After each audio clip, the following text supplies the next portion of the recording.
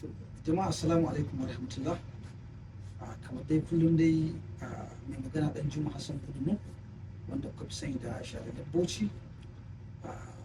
Na zo ya dan yi magana akan abin da ya shafi siyasar Dr. Bala Wunti. Zan yi amfani da wannan dama na ƙara jan hankalin dukkan wani masoyi na Dr. Bala Wunti dangane da ƙananun maganganun da ake yi da wasu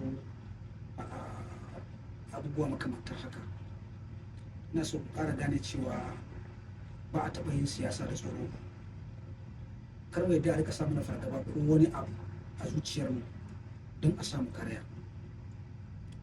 Kamar yadda kuka sani, Dr. Bala Wunti bai taɓa siyasa, kuma kamar yadda kuka sani mutumin kirki ne.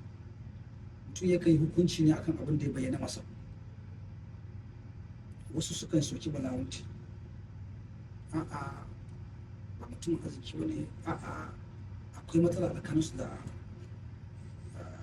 inda ofishin da ya ajiye ritaya.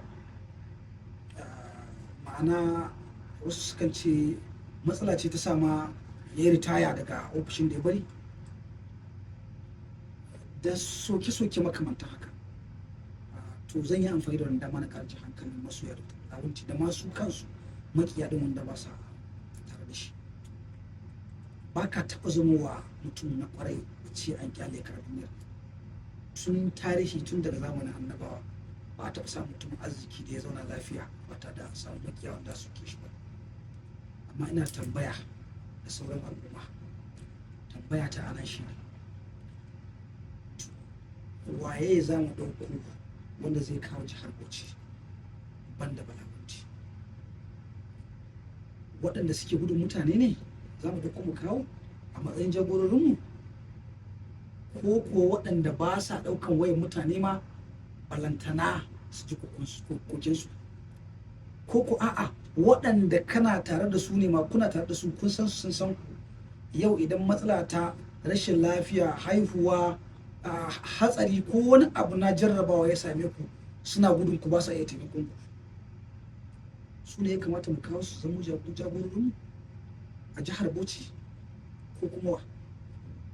Ina so mu zauna mu yi nazari, wane ne wanda ya bayyana mana a fili mutumin kirki sama da Bala Wunti, wanda kuma shi idan aka ajiye Bala Wunti zai mai gurbin Bala Wunti a matsayin shugaba?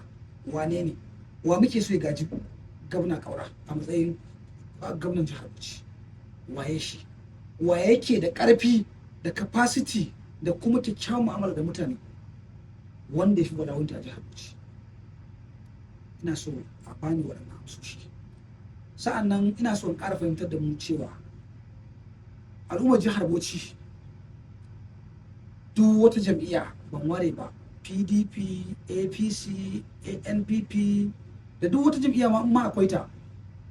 Duk jam'iyyar da idan ba Bala Wunti ta tsayar ba, duk jam'iyya idan har ba Bala Wunti ba, kowace jam'iyya idan ba Bala Wunti aka tsayar ba, ina tabbatar muku cewa ba za ta kawo kujerar gwamna. Matukar kowace jam'iyya ta so ta kawo kujerar gwamna, to Bala Wunti za a tsayar. Kowace jam'iyya in dai ana so a kawo kujerar gwamna a jihar Bauchi, a ce gwamna ne a kawo jihar Bauchi gaba daya, mama kasa ne, mama koma waye, idan ana so a kawo jihar Bauchi, to ina ganin Bala Wunti za a tsayar. Kowace jam'iyya, duk jam'iyyar da tsaye da Bala Wunti, to insha Allah za ta kawo jihar Bauchi. Ina da yakinin wannan, saboda ba ɗan siyasa bane, al'umma ne suke yin sa. Ya bayyana karara, alkhairin sa ya bayyana karara, kyakkyawan mu'amalar sa ya bayyana karara, record din sa, good record din sa ya bayyana karara. Ba wai labari bane, a'a abinda mutane suka gani suka tabbatar ne akan Dr. Bala Wunti. Su suke kiranye, suke matsawa kan yazo ya siyasa, ya jagoranci jihar Bauchi. Sannan a kankan lokaci ana ta jujjuye magana, ana barazana, ana wasu maganganu akan waye to wa kuke so a yi? Ku da muke da rekod ɗinku, kun san mun san ku, ba ku abin arziki ma yan uwanku wanda suka bauta muku ma ba ku iya taimaka musu tallafin karatu ko kuma rashin lafiyar iyalansu, ba ku iya musu komai? Ku din kuke so a tsaye da ku a matsayin shugabanni? Dama al'umma yawanci dukkan mutumin da ke maitan mulki, yawanci duk wanda ya fito ke maitan mulki, yawancin su mafi akasari wallahi ba mutane arziki ba. A matsayin mu na musulmai, addinin mu ya tabbatar mana ko muna da ilimi daidai gurgudu akan abin da shafi addinin mu. Dukkan wanda yake son shugabanci yake nuna kansa ba shine ya dace da shugabanci, wanda al'umma suke son sa yake ki shine ya dace da shugabanci. Sannan addinin mu ya tabbatar mana cewa abin da ya bayyana mana karara shi zamu yi hukunci akai, ba abin da yake akwai ba. Sun ce a balawunci akwai abin a kan shi ya yi sata a EFCC suna yana hannun EFCC a kaza maganganu makamantan wannan, ana ta kidima masoya balawunci, ana ta ruda su, ana ta kawo musu maganganu ba kai wa gindi. Wannan ba shi na gaban ba, mu babu ruwan mu shine jam'iyyar mu ji a ran mu shine jam'iyyar mu, kowace jam'iyya ta tsaye da shi muna tare da jam'iyyar kuma za mu yi.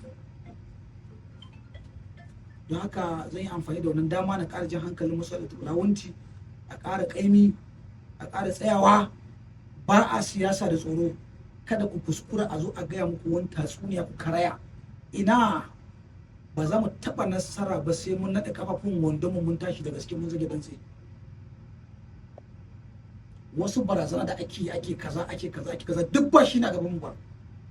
Mu abin da bayyana mana balawunta mutumin arziki ne, mutumin kirki ne, kuma mai alheri ne, kuma mun gani kuma mun shaida.